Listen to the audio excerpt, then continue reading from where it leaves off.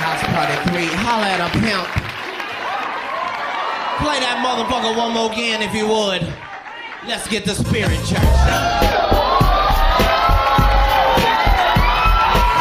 I don't care what you say, this song is gonna make you happy. This is the kind of song when you walk into the Slauson swap meet with $400, and you know not only can you buy anything you want, bitch, you can buy a booth if you want to. Just go and play it. This is a song that plays in your head when you go to Ralph's. And the register comes up at $146, and you know you ain't got but $140, and then you pull out your Ralph card and watch the shit just come tumbling down.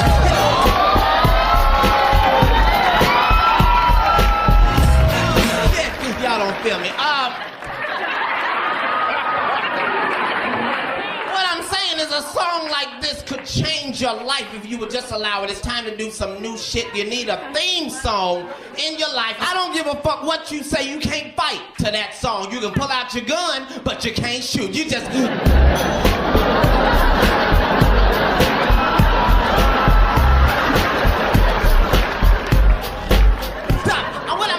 is that if you... I know some of y'all hate your job. You wake up happy and mad at the same time. You just, good morning, shit. You need a song like this on your alarm clock, but you can wake up to some pimp shit in the morning. You just fucked it. Go.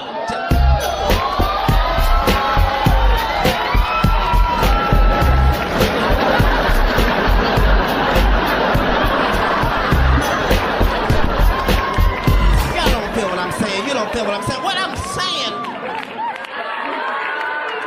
is that even if you recycle cans for a living, if you could just put that song in your shopping cart, you'd be all right. You just gone down Sunset.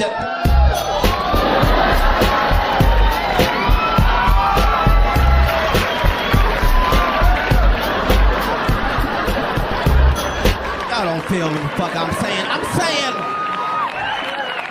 saying even if you had the shopping cart with the fucked up wheel, you still just... I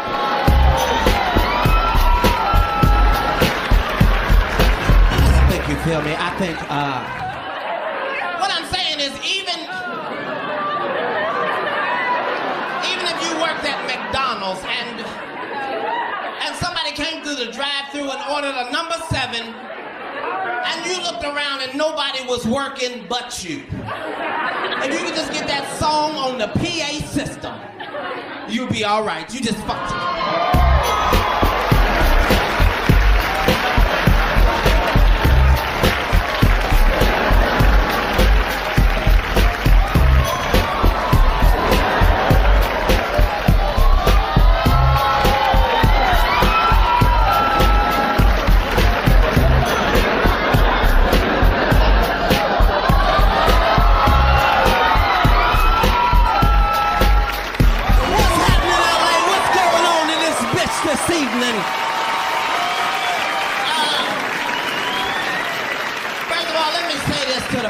From LA, y'all need to decide what you are going to do about the weather.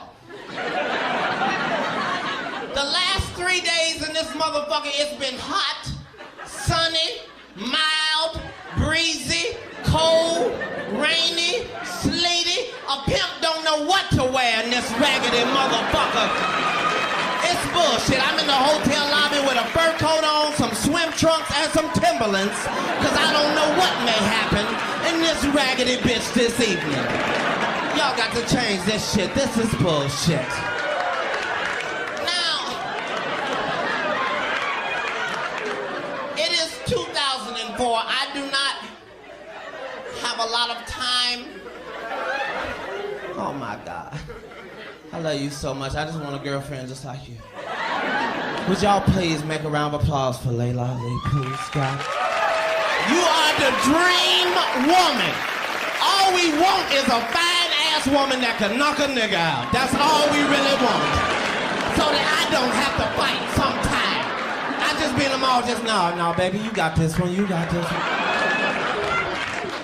Some beautiful shit. Now, I need to talk to my my people. Now, that does not necessarily mean black people.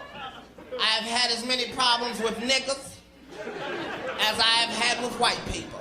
So I'm only talking to my people, the SPS type of people, secret pimp society. If you don't know, don't ask, bitch, you ain't invited. Now, this is a new year. You got to do new shit. First of all, stop letting motherfuckers think you're stupid. We're not stupid. The world is crazy. It ain't us. These motherfuckers got to stop on TV. They got the nerve to lie and tell the truth to us at the same time. This got to be the last year we tolerate that shit. How you gonna lie and tell the truth? You wouldn't tolerate that at the club. If you was with a girl and you was dancing, you was like, so, how many kids you got? She was like, 6. I mean, 1.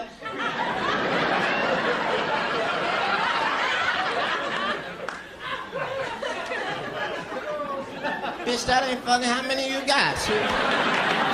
That's what they do. They lie and tell the truth at the same time. You seen the commercial. You can get a brand new 2004 Expedition, no credit, bad credit, bankrupt, divorce, parole violation, whatever your problem is, on approved credit.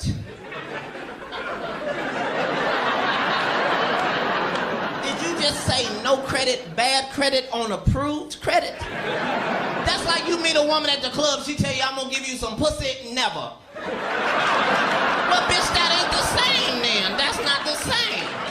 Then they got commercials for medication. Where the side effect is worse than the shit that they're curing. And I didn't think nobody was noticing but me. All I'm saying is I'm taking some shit for asthma. I don't need the side effect to be shortness of breath. That's what the fuck I came to you for. They got some shit. They got some shit called Xenical. Now, Xenical is a fat blocker. And if weight is heavy on your mind, you got to be excited about something called a fat blocker, because you don't necessarily want to stop eating. But you wouldn't mind something blocking the fat every now and again. They show you the commercial, they show you the woman, she's overweight, she's unhappy. 3 seconds later, she's in a bikini, running through flowers, and you think, I want to run through some flowers too. Because you envision a pill in your throat all day. Just blocking fat, just...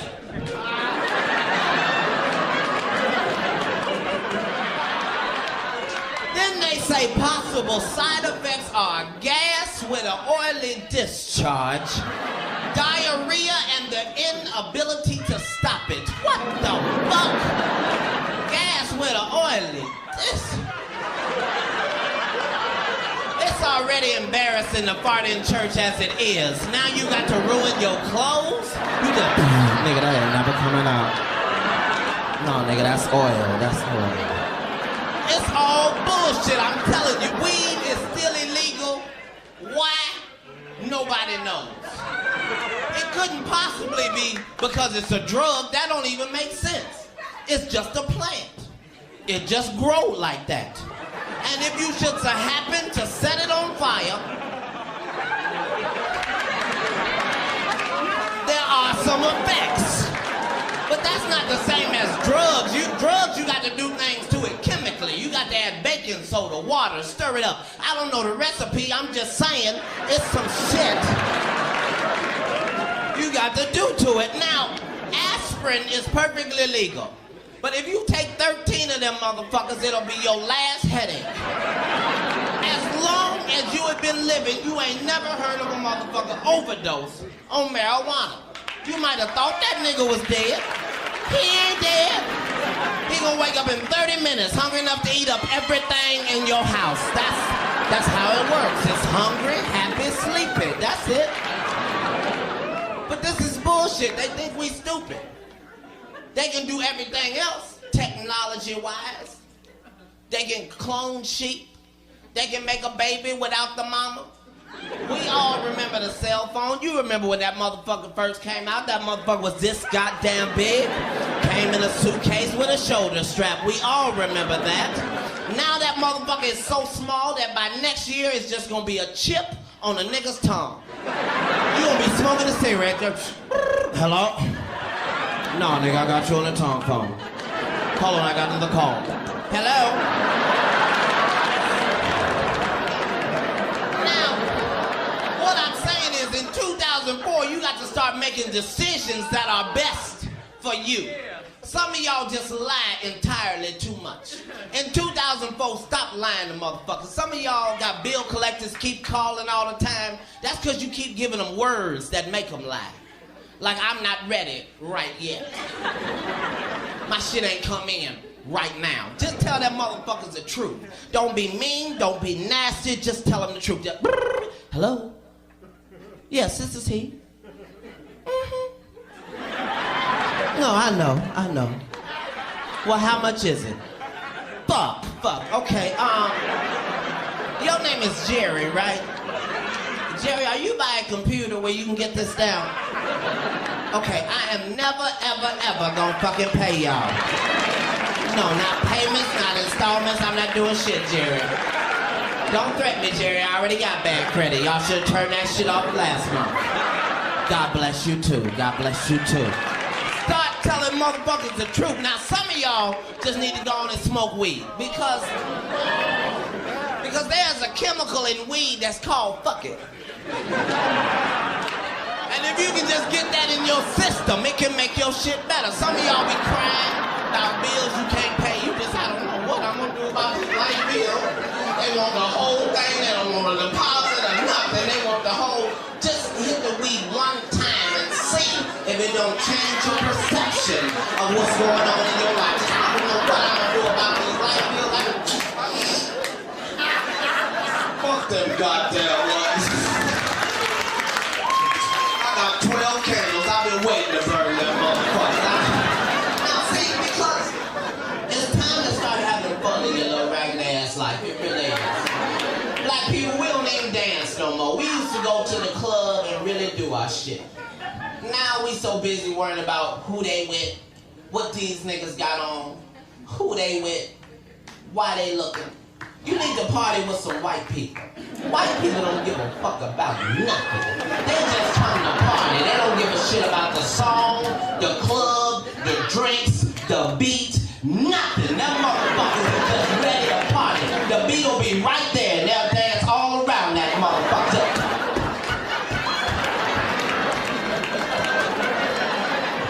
Niggas being like, you can't dance like that to 50 niggas. Follow you some white people, make up your own shit. Cause we've been doing the bankhead bounce for 12 motherfucking years. It's bullshit now. You be in the club, you doing your shit. You look over, this nigga doing the same shit. Now you gotta get special with yours. This nigga wanna throw his back out to show you. Go in the club and make up your own shit. Now you need to be very, very in your head for this. Because some of y'all don't know that haters run in a gang. They're never solitary. So while you're doing your shit, it's gonna be haters on.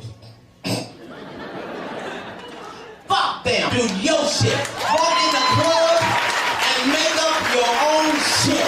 If you can do it for 5 seconds, I promise it'll free your entire life. DJ, just play something. I don't give a fuck what it is. Just as soon as you walk in the club, something's gonna be playing. Just walk in.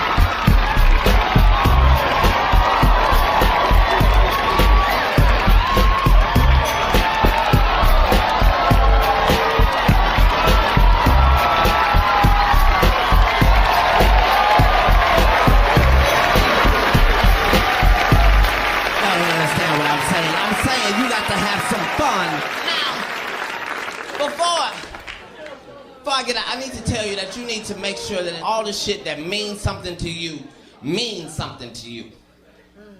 If you married, hold on to that motherfucker till it ain't no good. How many of y'all got kids? Make some noise if you got kids. That's the most powerful thing in the world. I say this at every show. If you got a crazy ass baby mama nigga, it's a nigga testifying in the back. If you got a crazy ass baby mama, just try and work with her ass if you can. I'm a single father. I done had niggas, he was 9 months old, he 8. I'm just here to tell you this ain't no motherfucking joke. This is a goddamn job. Every motherfucking day raising these little ragged ass motherfuckers. That's a goddamn job. This nigga, first of all, he wake up at 5:30 every motherfucking morning. He don't give a fuck about weekends, weekdays, what time daddy get home. At 5:30 he's up. Not only is he up before Jesus, he ain't got no job. He ain't got no bill, so not only is he up at an ungodly hour, he is happy than a motherfucker for no apparent reason. At 5:30 every morning, he just, good morning, daddy. Time for some cereal. I done put that nigga to bed at 5:15. At 5:30, he just, good morning, daddy. Time for some cereal. But that's my motherfucking nigga. I don't know about you, I'm a pimp. Right here.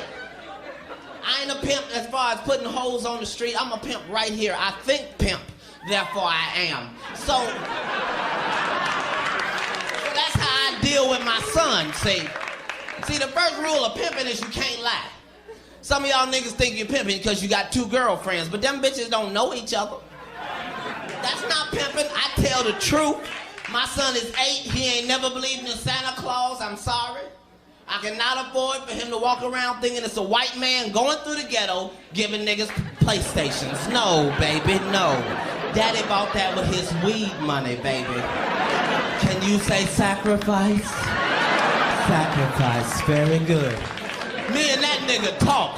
He came to me 2 months ago, he said, Daddy, I want an Xbox. I said, well, sit right here, pimpin'. Let me holler at you. Now, the first thing you need to understand is the Xbox is $199.99. Now, Daddy can do this all day, every day, no problem. But I need you to understand it only come with 1 controller.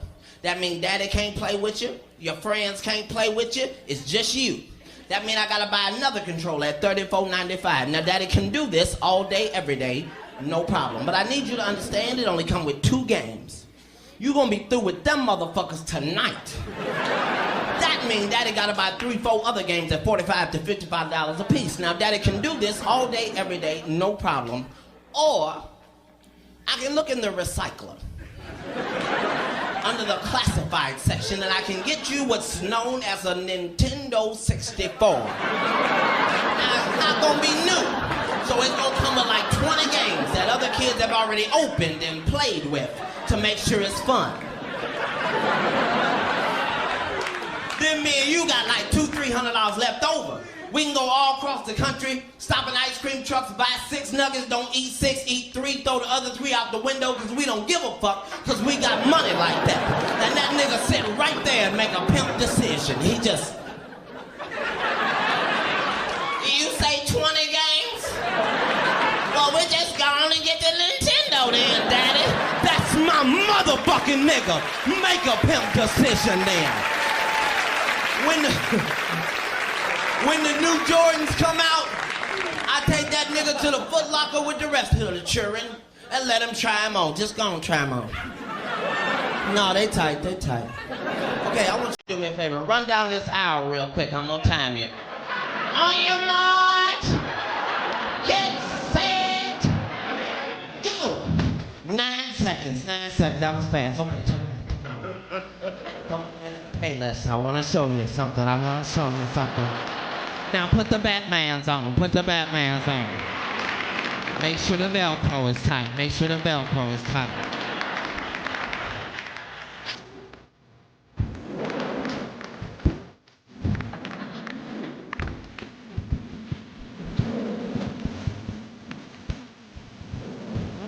And let Daddy holler at you, Pippin. Now, if you want the Jordans, Daddy can get the Jordans all day, every day, no problem. But for the same price as the Jordans, you can get the Batmans, the the Robins, the Pokemons, the Digimons. You can get these that don't have no name, but they light up every time you walk, just every step you take. And that nigga bling bling out the store. He just... Y'all been all that, I've been Katt in the Hat. Thanks for the time.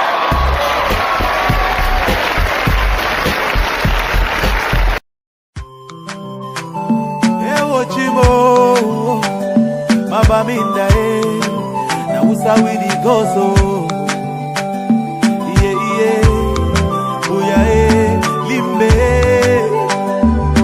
kumba na usawidi gozo habawa iye. Something is killing me slowly and I'm feeling so lonely, but this thing I must to talk all my people they for bush and Okay, hold up. I just saw these two titles back to back, and I am ready for this, because this is Katt Williams doing what he does best. Relationship commentary that's equal parts hilarious, insightful, and brutally honest. We got This Is How You Know She's Really Ready for Him, and This Is How She Got Caught. That's relationship wisdom and relationship drama in one combo. That's the full spectrum of human romantic behavior, from genuine readiness to messy deception getting exposed. Let me start with the first one. This is how you know she's really ready for him. This is Katt talking about authentic readiness versus performative readiness. Because there's a difference, right? There's women who say they're ready for a relationship, who perform all the signs of being ready, who go through the motions. And then there's women who are actually ready on a deep, genuine level. And Katt, with his sharp observational skills and decades of watching human behavior, has probably identified the tells, the signs that separate real readiness from fake readiness. Katt is probably talking about things like emotional maturity. She's done the work on herself. She's processed past relationships. She's not bringing unresolved trauma or baggage into the new situation. She knows herself, knows what she wants, knows what she can offer. That's real readiness. Consistency. Her words match her actions. She doesn't say one thing and do another. She doesn't change her mind based on mood or convenience. She's stable in her intentions and behavior. Vulnerability. She's willing to be real, to show her authentic self, to not hide behind walls or performances. She's ready to be seen, which is scary but necessary for genuine connection. Integration. She's ready to integrate a partner into her actual life, not just a curated version of it. She wants you to meet her family, her friends, see her home, know her routine. She's not compartmentalizing. Communication. She talks openly about expectations, needs, boundaries, future. She doesn't make you guess. She doesn't play games. She communicates like an adult. Accountability. She owns her stuff. When she makes mistakes, she acknowledges them. When she has issues, she works on them. She doesn't blame everything on others or avoid responsibility. Investment. She's willing to invest time, energy, emotion into building something real. She's not half in, half out. She's committed to the process of building a relationship. These are the real signs of readiness that Katt is probably addressing. Not surface-level stuff like, she texts back quickly, or she cooked for me. Deep stuff that reveals character and genuine readiness for partnership. And knowing Katt, he's probably contrasting this with fake readiness signs that men mistake for the real thing. She's nice to you, but is she nice to waiters, to strangers, when you're not looking? She says she wants a relationship, but does her behavior match her words? She's physically affectionate, but is she emotionally available? She seems interested, but is she interested in you or in what you can provide? She's around a lot, but is she building something with you or just filling time? Katt probably breaks down how men get fooled by performances and ignore red flags because they want to believe a woman is ready when she's actually not. And that's valuable wisdom, because a lot of heartbreak comes from misreading readiness, from investing in someone who's not actually in a place to reciprocate that investment. I bet Katt gets into the psychology of it too. Why women might perform readiness without being actually ready. Loneliness. They want companionship without being ready for actual partnership. Social pressure. They think they should be in a relationship even if they're not ready. Rebound. They're running from the last relationship instead of healing. Security. They want the benefits of relationship, stability, resources without genuine emotional investment. Image. They want to look like they have it together with a partner. Fear of being alone. They're more afraid of being single than they are committed to being with you specifically. Understanding these motivations helps men and women identify when someone is performing readiness versus actually being ready. And Katt, being the keen observer he is, probably lays all this out with humor and clarity. Now let's talk about the second title. This is how she got caught. Oh man, this is the flip side. This is when someone wasn't being genuine, wasn't being honest, was playing games or cheating or manipulating, and they got exposed. This is about the unraveling of deception. This is Katt probably telling a story about how lies always catch up with you, how the truth always comes out, how people who think they're being slick end up getting caught. Katt has probably witnessed or heard about countless situations where women or men, but this title specifies she, got caught in lies, affairs, manipulation, gold digging, whatever the deception was. And he's breaking down the mechanism of how they got caught. Because here's the thing about deception. It's hard to maintain. You have to remember your lies. You have to keep your stories straight. You have to manage multiple narratives. You have to be constantly vigilant about not slipping up. And eventually, almost everyone slips up. Eventually, the lies fall apart. Eventually, evidence emerges. Eventually, someone talks. Eventually, you get caught. Katt is probably talking about classic ways people get caught. Technology betrayal. The phone that was supposed to be locked but wasn't. The text that popped up at the wrong time. The location services that revealed lies about whereabouts. The social media post that contradicted the story. The email that got sent to the wrong person.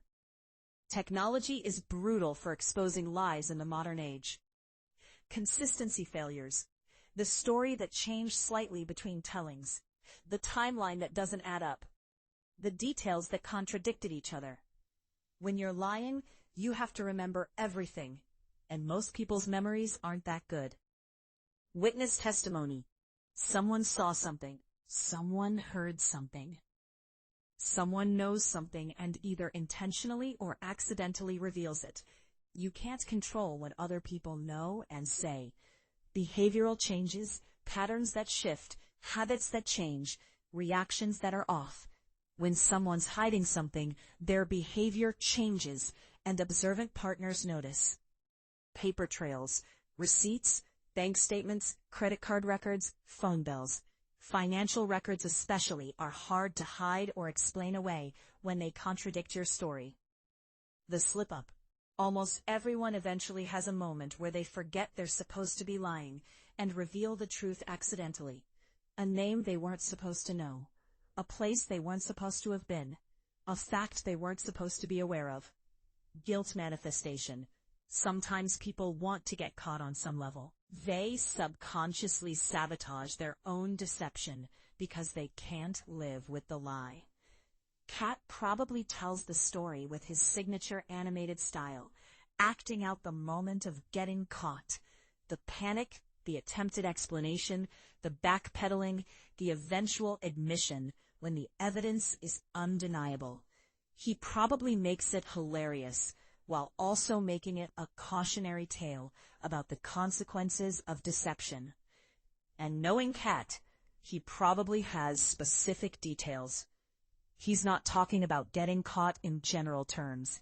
He's probably describing a specific scenario with specific people and specific circumstances that make it vivid and memorable. Maybe it's a story he witnessed. Maybe it's something that happened to someone he knows. Maybe it's a composite of multiple situations he's observed. The beautiful thing about these two titles together is they represent the duality of relationships, the potential for genuine connection when both people are ready and honest, and the messy reality when one or both people are being deceptive. That's the full human experience right there. Let me talk about what these videos probably teach. From how you know she's really ready. Don't settle for performance. Demand authenticity. Real readiness shows up in consistent behavior over time. Trust your gut when something feels off, even if surface signs look good. A woman who's really ready makes it clear through her actions. Don't confuse loneliness or neediness with actual readiness. Give it time to see if the readiness is sustainable or just a phase. From how she got caught, lies always catch up with you eventually. The cover-up is often worse than the original deception. Technology makes deception harder than ever to maintain. People are more observant than you think. One small slip can unravel an entire web of deception. Lies. The truth will set you free, but lies will destroy you. These are life lessons disguised as relationship commentary. This is Katt using humor to teach people how to navigate the complex, often messy world of romantic relationships. Now, I'm thinking about Katt's credibility on relationship topics. The man has been in the public eye for decades. He's been married, divorced, has kids, has had public relationships and breakups. He's lived through the full spectrum of relationship experiences, good, bad, messy, beautiful. So when he talks about relationships, he's not speaking theoretically. He's speaking from experience and observation. And Katt has always been honest about his own flaws and mistakes. He doesn't pretend to be perfect. He acknowledges when he's messed up. That authenticity gives his relationship commentary more weight, because he's not preaching from a place of superiority.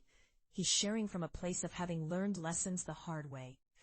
I'm also thinking about the gender dynamics of these titles. Both are about women. She's really ready and she got caught. That's Katt speaking to a male audience about reading and understanding women. But the principles apply both ways. Men also perform readiness without being ready. Men also get caught in deception. The gender-specific framing is probably just because of the audience or the specific stories he's telling. But the wisdom is universal. And actually, Katt has probably done similar commentary about men. He's probably talked about how you know he's really ready and how he got caught. Because Katt is generally fair in his social commentary. He calls out everyone's nonsense, regardless of gender. Let me address the comedy aspect, because these are comedy bits, not relationship advice columns.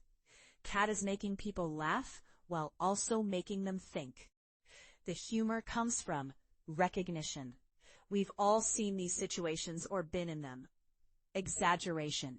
Katt takes real scenarios and amplifies them for comedic effect. Physical comedy.